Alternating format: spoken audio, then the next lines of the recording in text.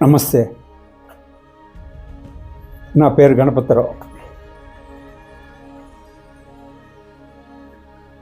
5 కథల పుస్తకాలు రాశా.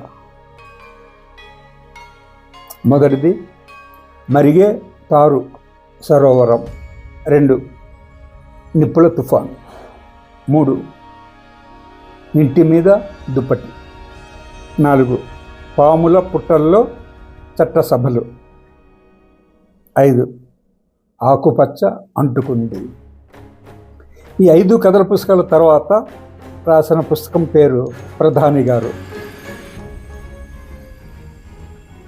నా ఆఖరి కథల పుస్తకం ఆకుపచ్చ అంటుకుంది తర్వాత ఈ ప్రధాని గారు రాయడానికి 7 సంవత్సరాలు పట్టింది.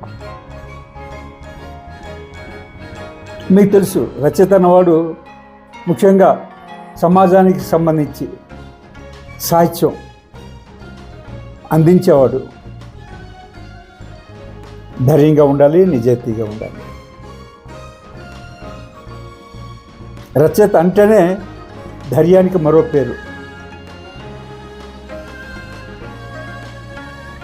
సమాజానికి ధైర్యం ఇచ్చేవాడు, న్యాయం చెప్పేవాడు, వివేకం ఇచ్చేవాడు, ప్రశ్నించడం నేర్పించేవాడు రచయిత. అయితే రచయితగా నేను భయపడ్డా. మోడీ ప్రభుత్వం వచ్చాక, మతతత్వవాదులు పెరిగాక, ఛాందసభావం మూఢత్వం చాలా రేగాక,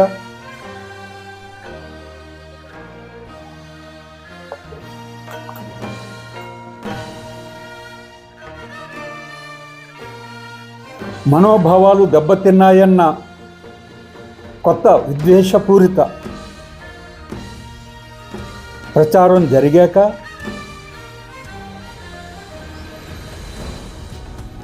ఇక అంతే, జనం భయపడాల్సిందే. దేన్ని చూసి? రౌడీలను, గూండాలను, హింసావాదులను చూసి కాదు, అధికారంలో ఉన్న రాజకీయ నాయకులను చూసి. అందుకే 7 సంవత్సరాలు పట్టింది నాకు. నేను భయపడ్డాను, ఏమవుతుందో ఏమిటో. కానీ ఆలోచించాను, నేను రచయిత అన్న తర్వాత, రచయితని అనిపించుకున్న తర్వాత, ముద్ర పడ్డాక రచయితని రాయకపోతే ఎలాగా? ధైర్యంగా